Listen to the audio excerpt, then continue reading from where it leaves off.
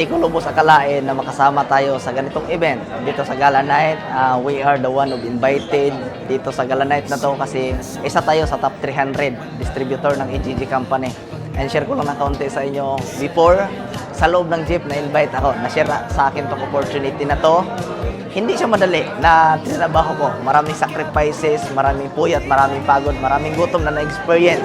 Pero lahat yon sulit.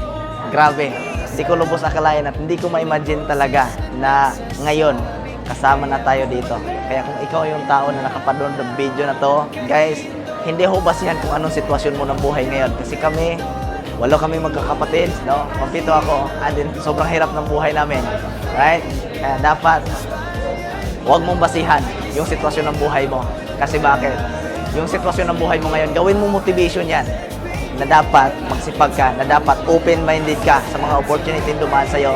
Kasi malay mo, yung opportunity na dumaan sa'yo, yun na palang magbibigay at magpapabago sa takbo ng buhay mo at ng pamilya mo. Right? Napakaganda dito, guys. Sana